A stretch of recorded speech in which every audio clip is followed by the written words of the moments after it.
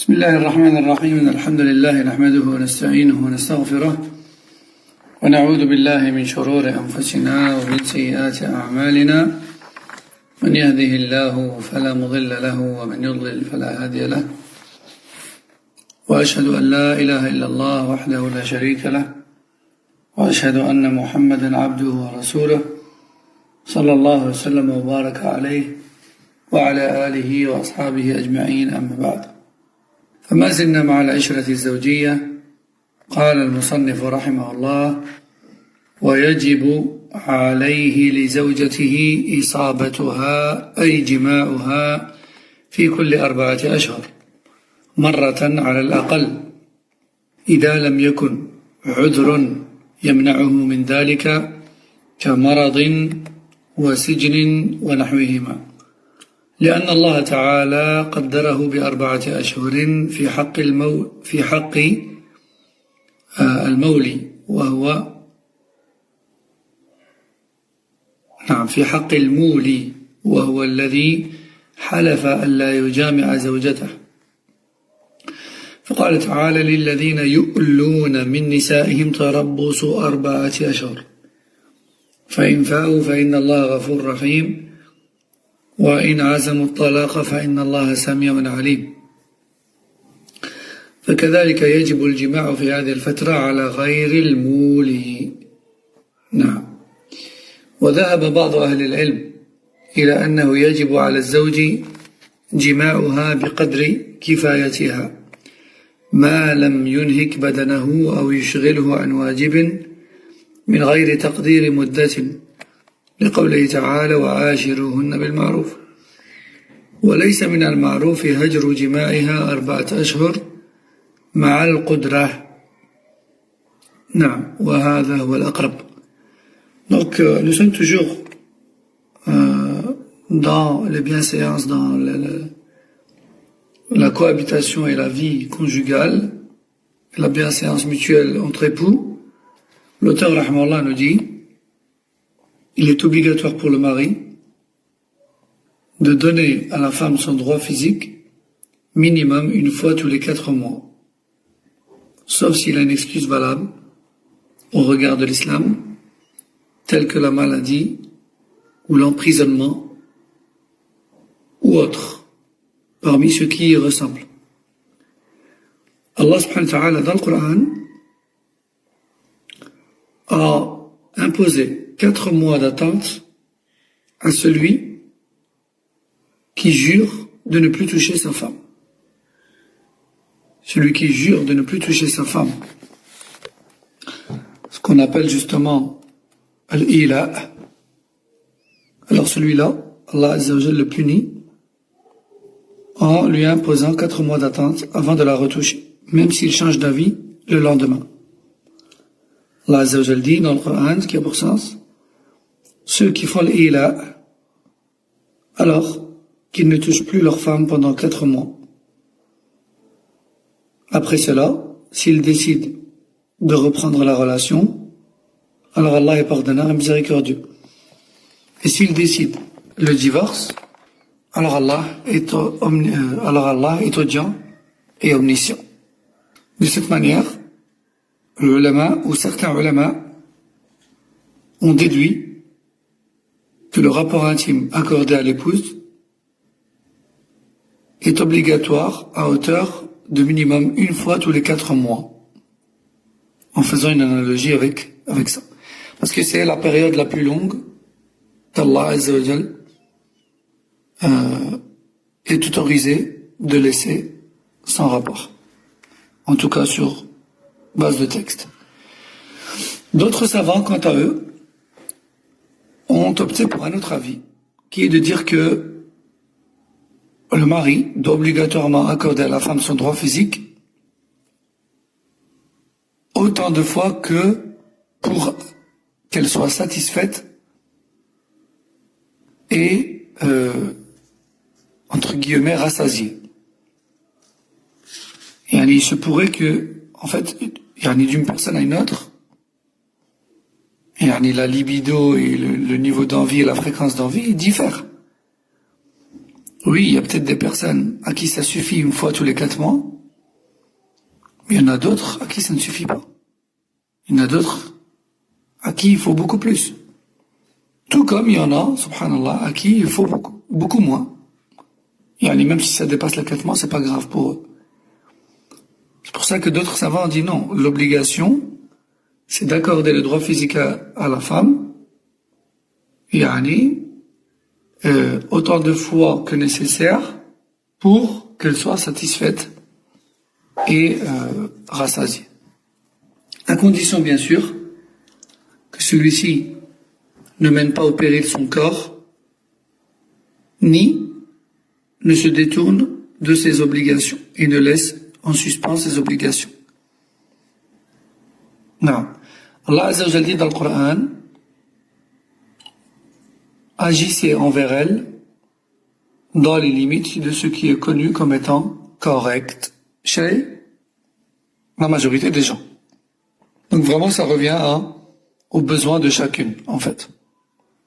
Et ça ne fait pas partie de ce qui est marouf, de ce qui est connu comme étant commun et courant et normal que de priver l'épouse de son droit physique pendant 4 mois, alors qu'on peut lui accorder cela plus que ça. Et ceci est, Inch'Allah, la vie le plus juste.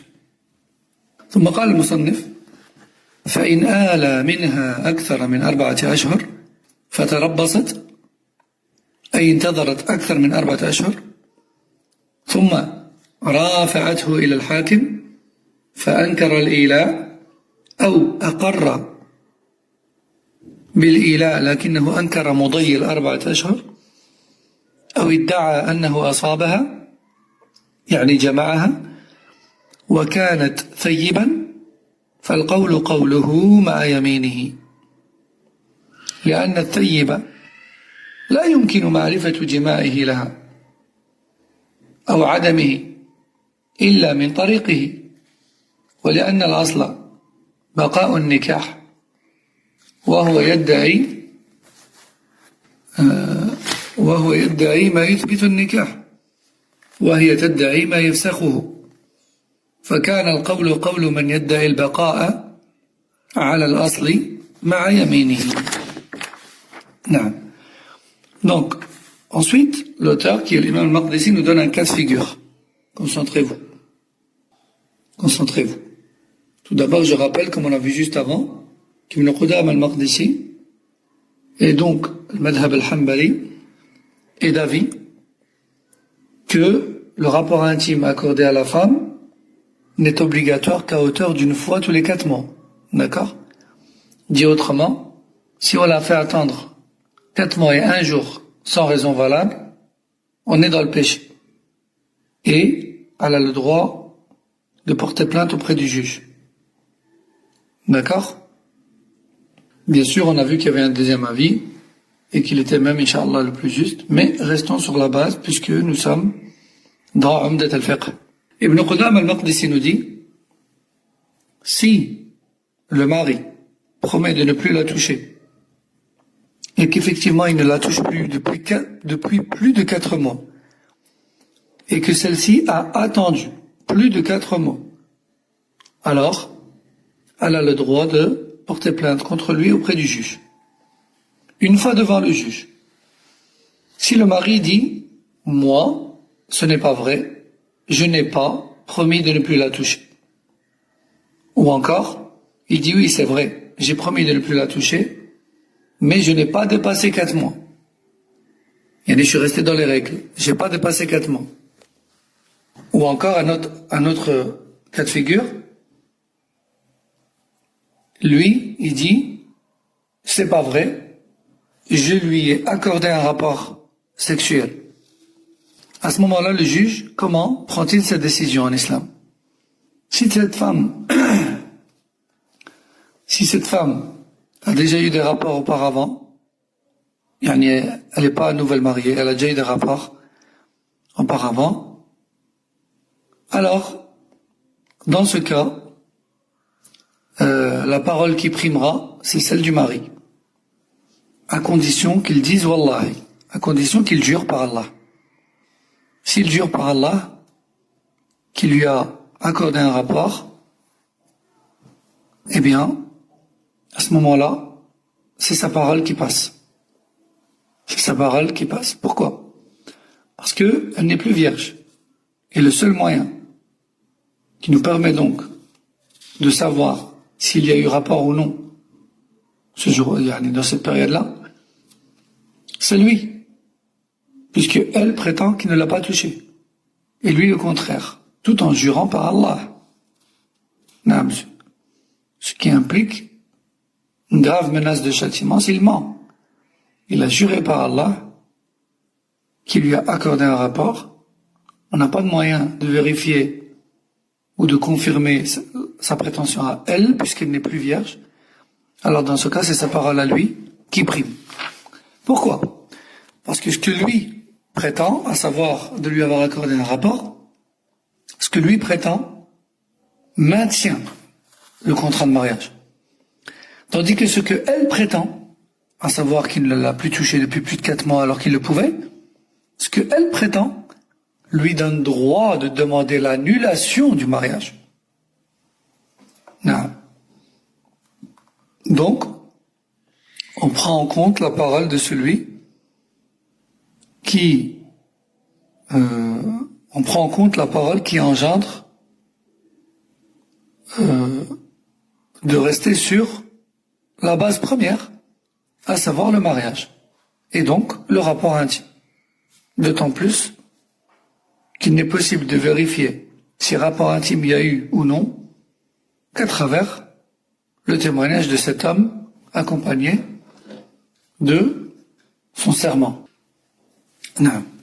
قال المصنف وإن أقر بذلك فأقر بأنه آلى منها وأنه مضى على إيلائه 4 أشهر وأنه لم يجامعها في هذه الفترة أمر بالفيئة يعني الجماع فإن فاء فجامعها فإن الله غفور رحيم فيعفى عما سبق من تركه للجماع تلك الفترة وإن لم يفيء فلم يجامعها بعد طلب ذلك منه وطلبت المرأة فراقه لعدم جماعه لها أمر بطلاقها فإن طلق وإلا طلق الحاكم عليه وذلك للآية السابقة.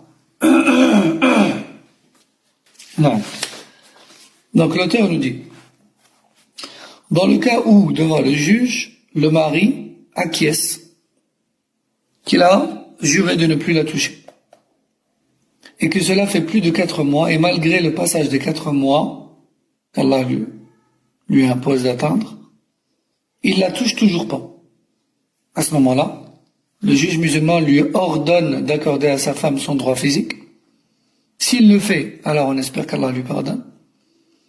Et s'il refuse toujours, alors le juge musulman lui ordonnera de la divorcer, de la répudier. S'il le fait, alors tout est réglé.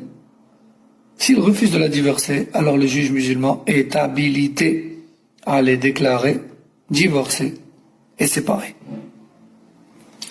قال الشارح وقريب من المولي المسافر فإذا غاب عن زوجته أكثر من نصف سنة يعني 6 أشهر وطلب قدومه طلبت قدومه وقدر على ذلك لزمه القدوم فإن لم يقدر لعذر أو لغير عذر وطلبت الزوجة فراقه فرق الحاكم بينهما ومثل المسافر المسجون والأسير لحديث لا ضرر ولا ضرار رواه أحمد بن ماجه والطبراني في الكبير وهو حديث صحيح بمجموع طرقه. Donc ressemble à celui qui a décidé de plus toucher sa femme, lui ressemble, non, ressemble à celui qui a décidé de ne plus toucher sa femme, le voyageur. Le voyageur. Celui qui est parti en voyage depuis plus de 6 mois, son épouse réclame son retour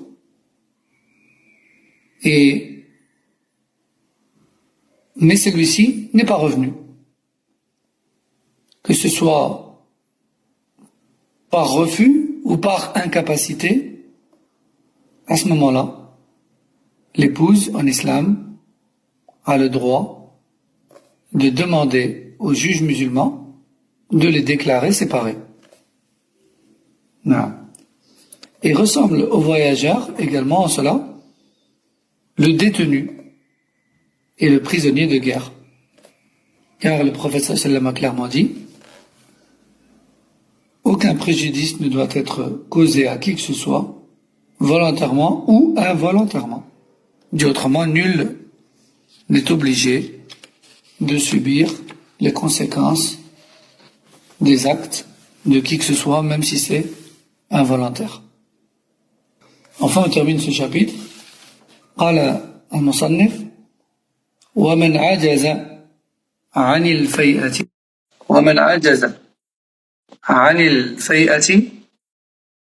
عند طلبها منه فلم يستطع جماع زوجته التي آل منها لنفاسها أو لمرضه أو لسفره أو لكونه مسجونا ونحو ذلك فليقل: متى قدرت جامعتها، ويؤخر حتى يقدر عليها، لأن القصد من الفيئة ترك ما عزم عليه من الإضرار بالزوجة.